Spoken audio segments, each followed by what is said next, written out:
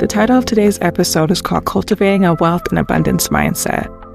First and foremost, my name is Tori, and I am the founder of Wealth and Wellness by T. Wealth and Wellness by T is a digital marketing wellness brand focusing on content surrounding self-care, wellness, spirituality, and luxury living. I'm a 29-year-old female living in Metro Atlanta, Georgia.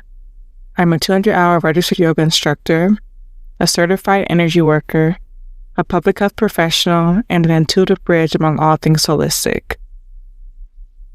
I want to bring this topic to your attention because it is so crucial to understanding the power we have in shaping our own destinies. We have the power to surrender as much as we have the power to demonstrate leadership, creativity, and courage towards the life we want. Without beating the horse too much, referring back to my story in my previous episode about quitting my toxic job and removing myself from a place that wasn't in alignment, I knew I couldn't control everything. I can only control what we have control over, our mindset and actions. I shifted the power back from my situation to me. I began to address my limiting beliefs around wealth, practice more gratitude, which became much more apparent when I moved back home, practice visualization techniques and affirmations. In today's episode, we'll be breaking down in more detail practices that I've taken to cultivate a more abundant-oriented mindset. Growing up, I was never told that money is the root of all evil, like I hear from a lot of other people. But more so, money doesn't grow on trees, or you need a job, or that's a lot of money. It was much more prominent from my father, where he would always make a comment around how much everything costs. It was actually annoying growing up to hear it all the time. I understand why he was like that because, he didn't have much growing up. But on the flip side, he was always working. For most of my life, he had a 9-to-5 and a side hustle working at a country food store. Never had time for family, and in my opinion, even himself. And I just don't want that kind of life. Fast forwarding to an adult where the 9-to-5 life is not for me, but rather entrepreneurship, wealth creation, and leaving legacies with time and location freedom avenues are. And those thought patterns that were meant to be cautionary tales ended up more so being burdens. Especially as a woman embracing her feminine nature, her softness, space, flow, and freedom in my late 20s, I wanted to find another way to attract wealth. And it just didn't resonate for me. As I started to question this quote-unquote rat race that we're all programmed to be on, I would ask my family and friends what they would do if they won the lottery. My friends were much more receptive, of course, but my family, they either brushed off the question and didn't really answer it, or when they did answer it, it was so lackluster that it seemed impossible. You see, that's what I didn't want. As much as I abhorred their responses, I knew I held the same beliefs deep down. I had to shift. So in St. Thomas specifically, my free time began to consist of therapy, sister circles, daily meditations, reading feminine mystery books, receiving acupuncture, chiropractic care, and attending full moon ceremonies. And these gatherings of community, assisted therapies from other professionals, all began to help awaken my unlimited potential and actualize my true desires. In addition, when I wasn't in community or under the care of a professional, I would create morning routines for myself. So when I first woke up, I would consume 24 to 32 ounces of lemon or lime water. Then I meditate, do yoga, go for a walk, or read a feminine mystery book. And all these activities made me feel expansive and alive before I started my day. These feelings would eventually seep into my subconscious and break past those barriers of feeling not good enough, undeserving, impossible, or even small. Another exercise I do either during my morning or evening routines or at a sister circle is practice gratitude. All of the law of attraction gurus say gratitude is the foundation for everything you want to manifest in your life. While it may feel far-fetched, it was really a miracle how everything lined up for me in St. Thomas.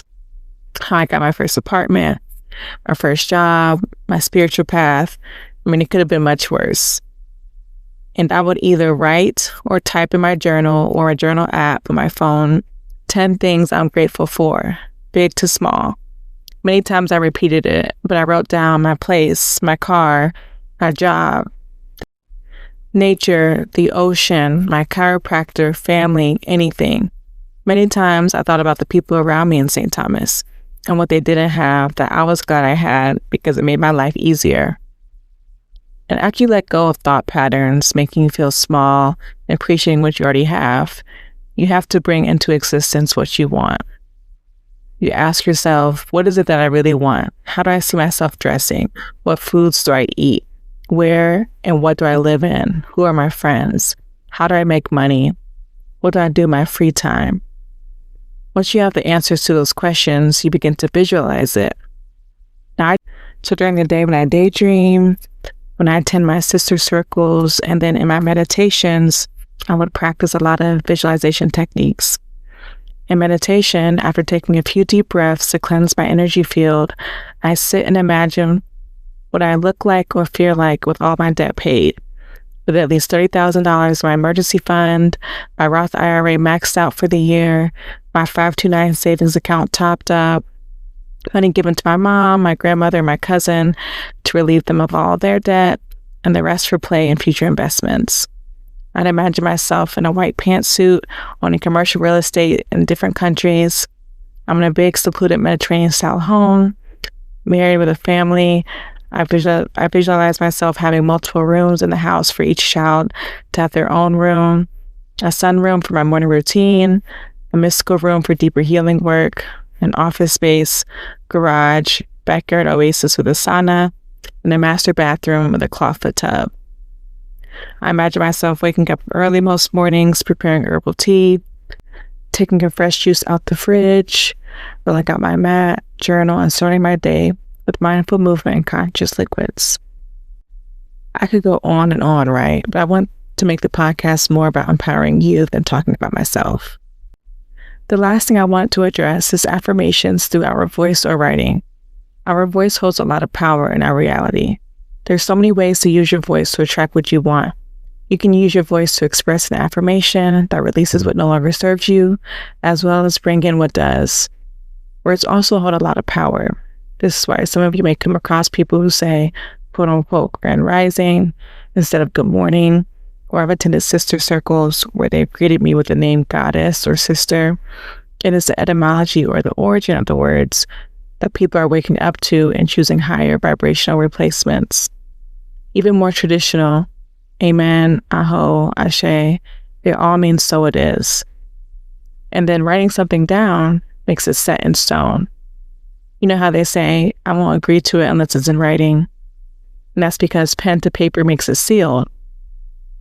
So one technique I've recently learned is the 33x3 method, where you write one thing you want to see happen in your life 33 times over the course of 3 days on a piece of paper. And it shouldn't be too far-fetched, your first time, but something rather attainable. And when you write it, you imagine how you feel as if it already happened, and then you just forget about it. Whether it's speaking or writing, affirmations are to be expressed as if you have already attained it, and although no one knows exactly how they feel if they won the lottery or purchased their dream home, you pretend. You feel the emotions you think would be present at the time, because you are expressing them as if they've already happened, meaning you write it in present or past tense. For example, you will write in the paper, I am financially wealthy, or I have a loyal partner, or I own my dream home. So I hope this helps. And let me know on Instagram or under the reviews if you've tried any of these techniques, what miracles unfold in your life, because in reality, every day is a miracle. Now, this brings us to a close for today's episode. We talked about cultivating a wealth and abundance mindset, to releasing limiting beliefs, practicing gratitude, visualization techniques, and the power of affirmations through speech or writing. The next episode will cover how to align your spiritual and energetic body with abundance. Thank you to everyone who tuned in today. If you have any questions or comments, feel free to DM me on my Instagram. The handle is It's Giving Luxury Podcast. And please leave a review as well as share this podcast to family and friends. We are on Apple Podcasts and Spotify. I hope everyone has a great rest of the week and stay tuned for more content.